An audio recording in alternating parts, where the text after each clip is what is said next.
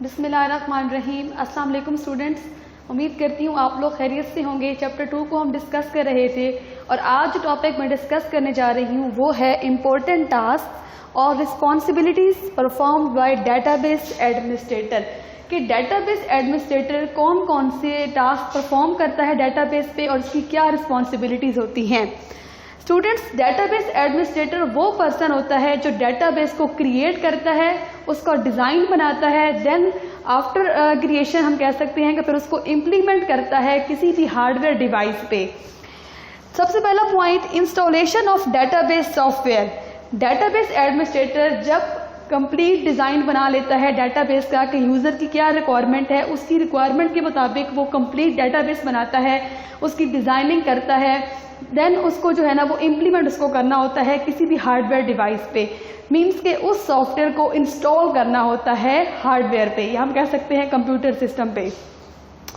Monitoring of database system, install भी करता है, देन उस सिस्टम को मॉनिटर भी करता है कि कौन कौन सा फंक्शन जो है वो प्रॉपरली काम नहीं कर रहा, उसको भी चेक करता है। देन ये देखता है कि क्या तमाम फंक्शन यूज़र की रिक्वायरमेंट के मुताबिक जो है वो वर्क कर रहे हैं या नहीं, कि प्रॉपरली तमाम फंक्शंस वर्क कर रहे हैं या नहीं।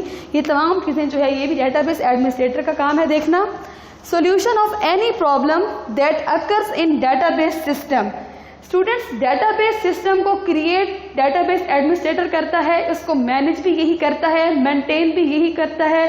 देन डेटाबेस सिस्टम में जो जो प्रॉब्लम्स आ रही होती हैं हम कह सकते हैं कि आफ्टर इंस्टॉलेशन कि यूज़र जब उसको इसके साथ इंटरेक्ट करता है, यूज़र उस पर जब काम कर रहा होता है या फिर कोई भी प्रॉब्लम आ सकती है तो उस प्रॉब्लम का सोल्यूशन जो है वो भी डेटाबेस एडमिनिस्ट्रेटर बताता है। मीन्स कि उस प्रॉब्लम को रिजॉल्व करना डेटाबेस एडमिनिस्ट्रेटर का काम होता है, क्योंकि डेटाबेस एडमिनिस्ट्रेटर वो पर्सन होता है जो होल डेटाबेस को स्टूडेंट्स मॉनिटर कर रहा होता है कि तमाम फंक्शंस प्रॉपरली वर्क कर रहे हैं या नहीं।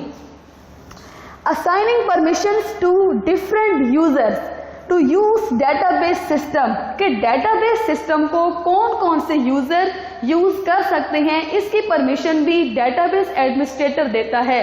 अब ये देखें, जब आपका डाटा हमारा जो हो सकता है फाइल सिस्टम में होता है या फिर हम कह सकते हैं कि वो डाटा जब आपका इलेक्ट्रॉनिक फॉर्म में होता है तो डिफरेंट यूजर्स जो हैं वो उसको एक्सेस कर सकते हैं। तो ये चीज़ जो है एक्सेस करना डिफरेंट यूजर्स का डेटाबेस को, इससे स्टूडेंट्स क्या होता है कि हमारा डाटा फिर कंसिस्टेंट नहीं रहता। तो डेटाबेस एडमिनिस्ट्रेटर क्या करता है कि कुछ सिक्योरिटी जो है ना उसको मेंटेन करता है, सेवरल मेथड्स या सेवरल टेक्निक्स अप्लाई करता है ताकि हमारा डाटा सिक्योर रहे और अनऑथराइज्ड पर्सन जो है हमारे डाटा को एक्सेस ना कर सके। तो ये उन लोगों को परमिशन असाइन करता है जो डेटाबेस सिस्टम का पार्ट होते हैं। तो डिफरेंट कह सकते हैं कि एक्सेस राइट्स देता है डिफरेंट लेवल्स पर डिफरेंट यूजर्स को। फॉर एग्जाम्पल पासवर्ड असाइन कर देता है या फेस रिकॉग्नाइजेशन हम कह सकते हैं कि दे सकता है या फिर फिंगरप्रिंट दे सकता है कि फेस रिकॉग्नाइज करके यूजर्स जो हैं वो डेटाबेस को एक्सेस कर सकते हैं। कि डिफरेंट यूजर्स को डिफरेंट लेवल्स पर एक्सेस राइट देता है। कुछ को पासवर्ड असाइन कर दिए, कुछ को फिंगरप्रिंट असाइन कर दिया, कुछ को वॉइस रिकॉग्नाइजेशन असाइन कर दी, कुछ को फेस कर दिया। तो ये तमाम चीज़ें जो हैं ये डेटाबेस एडमिनिस्ट्रेटर जो है ना वो असाइन करता है यूजर्स को कि वो जो है इजीली अपने डेटाबेस सिस्टम को एक्सेस करें और अनऑथराइज यूजर जो डेटाबेस का पार्ट नहीं है वो उसको एक्सेस ना करें।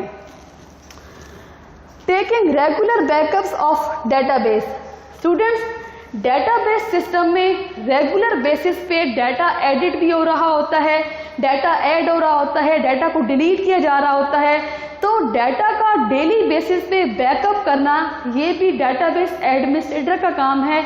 और ये क्यों करता है बैकअप? देखें, अनइंटेंशनली या फिर इंटेंशनली अगर आपका डाटा जो है वो डिलीट हो जाता है या किसी कह सकते हैं कि नेचुरल डिजास्टर्स की वजह से अगर आपका डिलीट हो जाए डाटा या ह्यूमन की बाय मिस्टेक डाटा डिलीट हो जाए तो इसका डिसएडवांटेज ये होता है कि फिर आप उस डाटा को दोबारा से रिकवर नहीं कर सकते। तो डाटा अगर आपका बाय मिस्टेक डिलीट हो जाता है उसको रिकवर करने के लिए डाटा एडमिनिस्ट्रेटर क्या करता है, रेगुलर बेसिस पे उसका बैकअप रख लेता है कि अगर रेगुलर बेसिस पे बैकअप होगा तो अगर डाटा डिलीट भी हो जाए तो हम उसको रिकवर कर सकते हैं। तो बैकअप करना भी डाटा एडमिनिस्ट्रेटर का काम है। Restoring the system in case of any problem और सिस्टम क्रैश, कि अगर सिस्टम क्रैश हो जाता है, ठीक है। फॉर एग्जाम्पल कैसे कि आप जो है डेटाबेस को बना रहे हैं, तो डेटाबेस एडमिनिस्ट्रेटर जब डेटाबेस को बनाता है तो बनाने के लिए वो एक चीज़ जो बहुत इंपॉर्टेंट होती है वो ये होती है कि कौन सा DBMS सिलेक्ट करे। अगर डेटाबेस जो है वो बहुत लार्ज है और वो DBMS सिलेक्ट करता है कम साइज की, तो इससे क्या होता है कि सिस्टम क्रैश हो जाता है। और आफ्टर डाटा जब आप इम्प्लीमेंट कर रहे होते हैं तब आपको पता चलता है कि ये जो डाटा है हमने डेटाबेस के लिए DBMS को सिलेक्ट किया था ये इसके अकॉर्डिंग नहीं है। तो अगर सिस्टम आपका क्रैश हो जाता है देन कोई भी प्रॉब्लम हो सकती है, तो उस सिस्टम को अगेन रीस्टोर करना भी डेटाबेस एडमिनिस्ट्रेटर का काम होता है। स्टूडेंट्स, ये वो तमाम रिस्पॉन्सिबिलिटीज़ हैं जो कि डेटाबेस एडमिनिस्ट्रेटर परफॉर्म करता है अपनी डेटाबेस पे या किसी भी डेटाबेस सिस्टम पे।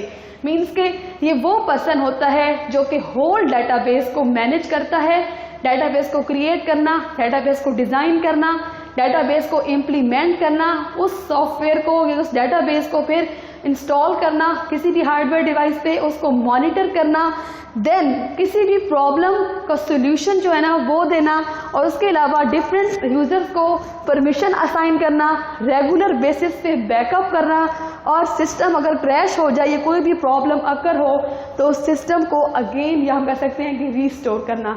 ये वो तमाम रिस्पॉन्सिबिलिटीज हैं जो डेटाबेस एडमिनिस्ट्रेटर परफॉर्म करता है।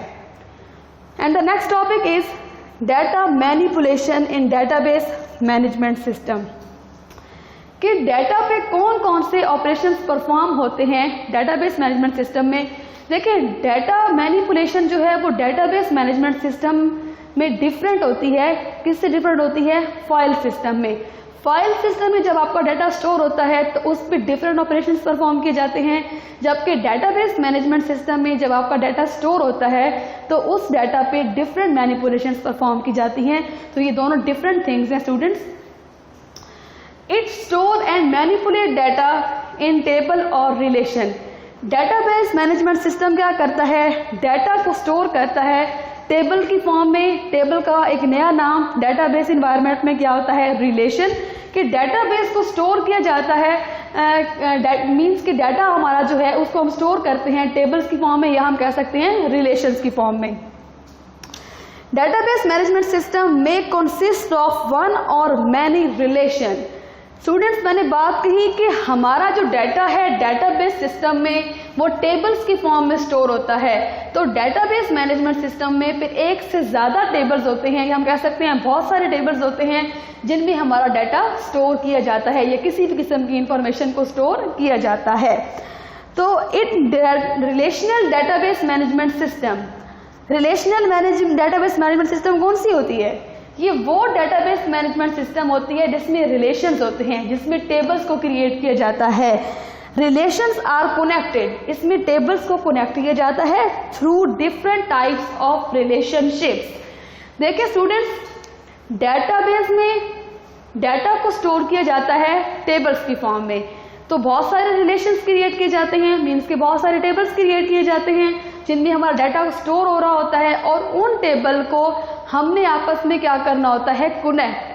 तो टेबल्स को जो कनेक्ट हम करते हैं वो हम डिफरेंट रिलेशनशिप्स के थ्रू करते हैं कि डाटा की बेस पे जो है हम कह सकते हैं कि रिलेशनशिप क्रिएट किया जाता है, या हम ये भी कह सकते हैं कि डिफरेंट टेबल्स को जो है ना आपस में कनेक्ट किया जाता है डिफरेंट रिलेशनशिप्स को क्रिएट करके। DBMS use indexes to search the required data quickly and efficiently। अब डेटाबेस मैनेजमेंट सिस्टम स्टूडेंट्स क्या करता है? इंडेक्स को यूज करता है डाटा को क्विकली सर्च करने के लिए, या हम कह सकते हैं डाटा को एफिशिएंटली सर्च करने के लिए। इंडेक्स बच्चे वो की वैल्यू होती है जो हर रिकॉर्ड को हम कह सकते हैं कि असाइन की जाती है, और उसकी वैल्यू के थ्रू आप इजीली किसी भी रिकॉर्ड को एक्सेस कर सकते हैं। तो डेटाबेस मैनेजमेंट सिस्टम अपना जो डाटा होता है उसको टेबल की फॉर्म में स्टोर करता है, और हर रिकॉर्ड को एक की वैल्यू असाइन की जाती है जिससे मैं इंडेक्स का नाम देती हूँ, और उस इंडेक्स के थ्रू जो है इजीली सर्चिंग की जा सकती है कि कौन सा रिकॉर्ड किस डिस्क में किस जगह पर स्टोर है। तो इंडेक्स के थ्रू जो है ना इजीली जो है हम सर्चिंग कर सकते हैं, सॉर्टिंग कर सकते हैं। तो डेटाबेस मैनेजमेंट सिस्टम जो है वो इंडेक्स को यूज करता है डाटा को रिट्रीव करने के लिए, डाटा को एक्सेस करने के लिए और डाटा पे डिफरेंट ऑपरेशंस परफॉर्म करने के लिए। DBMS use SQL to perform different operations in the data। DBMS एक और काम क्या करता है कि स्ट्रक्चर्ड क्वेरी लैंग्वेज को यूज करता है डाटा पर डिफरेंट ऑपरेशंस परफॉर्म करने के लिए। जैसे कि हम डिफरेंट कमांड्स को यूज करेगा, सिलेक्ट की कमांड को यूज करेगा, क्रिएट की कमांड को यूज करेगा, इस तरह डिफरेंट कमांड्स को यूज करता है डेटाबेस मैनेजमेंट सिस्टम डाटा पे डिफरेंट ऑपरेशंस को परफॉर्म करने के लिए।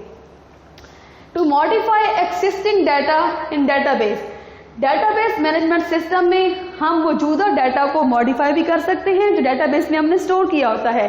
टू रिट्रीव एक्सिस्टिंग डाटा, के मौजूदा डाटा को में से हम डाटा जो है वो उसको रिट्रीव कर सकते हैं।